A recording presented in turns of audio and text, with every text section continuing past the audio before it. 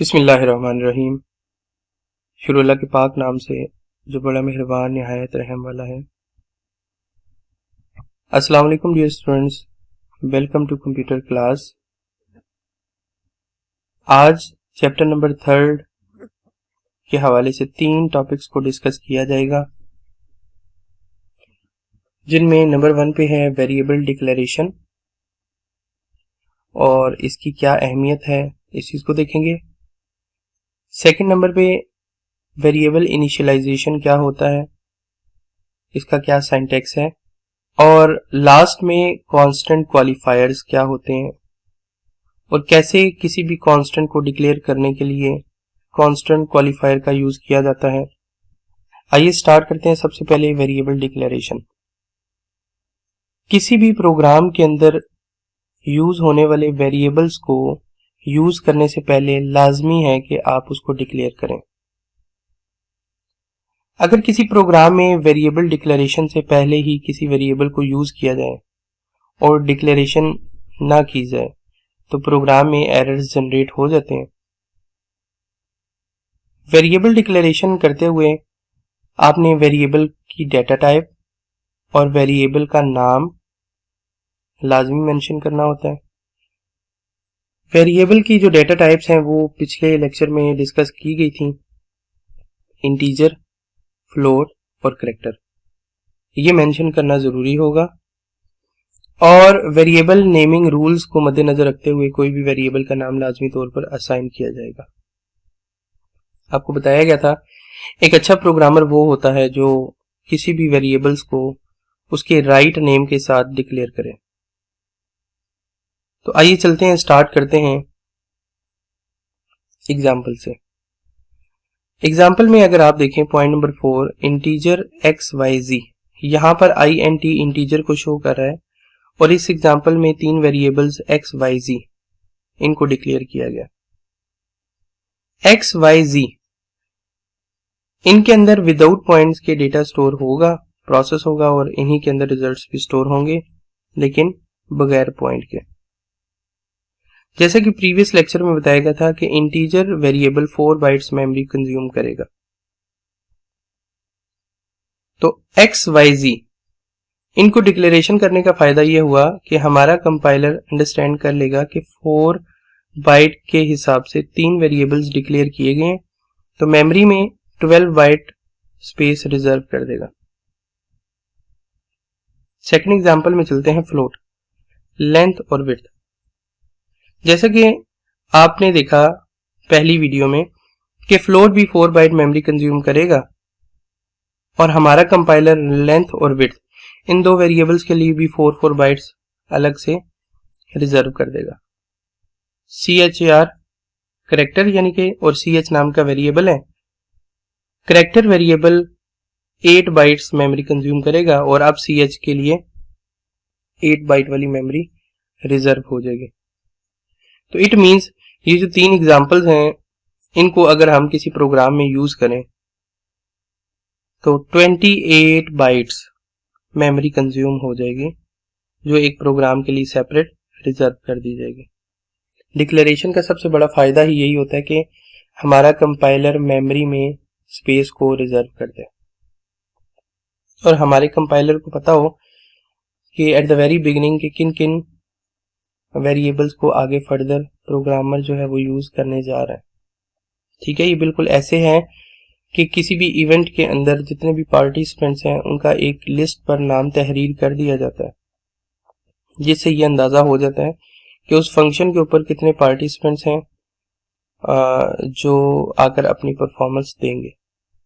उस लिस्ट को basically declaration कहा जाता है कि हमने इन बंदों को डिक्लेयर कर दिया। इसी तरह प्रोग्रामिंग के अंदर भी जो वेरिएबल्स या जो कांस्टेंट लिए जाते हैं उनका प्रोग्रामिंग में जो भी रोल होगा उससे पहले प्रोग्रामिंग के स्टार्ट में उन सारे वेरिएबल्स और कांस्टेंट को डिक्लेयर कर दिया जाता है, मेंशन कर दिया जाता है। वेरिएबल डिक्लेरेशन के लिए जरूरी है 2 बातों का होना। नंबर 1, वेरिएबल कौन सा बनाने लगे। नंबर 2, उस वेरिएबल की डेटा टाइप क्या होगी। ठीक है, आप इन एग्जाम्पल में दे सकते हैं इंटीजर int ये एक डाटा टाइप है, x, y, z ये 3 वेरिएबल्स हो गए। आप सिंगल वेरिएबल भी हर लाइन पे डिक्लेयर कर सकते हैं और मल्टीपल भी, लेकिन इस बात को मद्देनजर रखना है कि सेम नेचर के वेरिएबल्स आप एक ही लाइन पे डिक्लेयर कर सकते हैं। लेकिन अगर आप इंटीजर और फ्लोट दो मुख्तलिफ नेचर के वेरिएबल int लिखकर कॉमा लगाकर डिक्लेयर करें तो फिर ये रॉन्ग हो जाएगा। आई होप कि आपको वेरिएबल डिक्लेरेशन समझ आ गई होगी। आइए चलते हैं वेरिएबल इनिशियलाइजेशन की जानिब। इनिशियलाइज का मतलब है किसी भी वेरिएबल के अंदर जो आप बिगिनिंग में ही उनकी डिक्लेरेशन के वक्त अगर कोई फर्स्ट वैल्यू उसमें स्टोर कर दें तो उनको कहा जाता है variable initialization. A variable may be initialized at the beginning of program when it is declared. For example, int x is equal to 4. For example, integer x is equal to 4, y is equal to 5, comma z. इस example में x और y को initialise कर दिया गया, लेकिन z को initialise नहीं किया गया, z सिर्फ डिक्लेयर किया गया है। Second, float length is equal to 12.5, width is equal to 15.25। इस एग्जाम्पल में लेंथ और विड्थ दोनों को ही इनिशियलाइज कर दिया गया। और लास्ट वन char, करेक्टर नाम का एक वेरिएबल है ch, और ch के अंदर a सिंगल लेटर को स्टोर कर दिया गया, जिसके अंदर a करेक्टर स्टोर हो जाएगा और इट मींस कि हमने ch वेरिएबल को भी इनिशियलाइज कर दिया। इन तीनों एग्जांपल्स के अंदर x, y, लेंथ, विड्थ और ch ये इनिशियलाइज्ड हो चुके हैं। चूंकि ये वेरिएबल्स हैं, आप एट द एंड या बिगिनिंग में जाके प्रोग्राम की एग्जीक्यूशन के दौरान इनकी वैल्यूज को चेंज कर भी सकते हैं। और सेकंड, z को इनिशियलाइज नहीं किया गया, माइट भी इसको बाद में जाकर फर्दर किसी प्रोसेसिंग के अंदर यूज करना पड़े। ठीक है, तो ये है जी हमारा वेरिएबल इनिशियलाइजेशन। आज का हमारा थर्ड टॉपिक है कांस्टेंट क्वालिफायर्स। किसी भी वेरिएबल को कांस्टेंट में कन्वर्ट करने के लिए कॉन्स्ट क्वालिफायर का यूज करना मस्ट है, और कांस्टेंट को डिक्लेयर करने के लिए CONST कॉन्स्ट ये शॉर्ट फॉर्म है कांस्टेंट की, इसको मेंशन किया जाता है। अगर आप चाहते हैं प्रोग्रामिंग के दौरान एक आप वैल्यू को फिक्स कर दें जिसको बाद में कभी भी चेंज ना किया जा सके, तो आपको उस वैल्यू को कांस्टेंट बनाना पड़ता है। अगर कांस्ट नहीं लगाएंगे तो वो वेरिएबल होता है, और अगर कांस्ट लगा दें तो वो फिर वेरिएबल से कांस्टेंट में शिफ्ट हो जाएगा। कैसे बनाते हैं कांस्टेंट और क्वालिफायर को किस तरह यूज करते हैं, ये आप सिंटैक्स में देखें। कांस्ट एक रिजर्व वर्ड है, फिर स्पेस देके आपने डाटा टाइप मेंशन करनी है, फिर स्पेस देके वेरिएबल का नाम मेंशन करना है, और फिर इक्वल लगा के कांस्टेंट की वैल्यू मेंशन करनी है।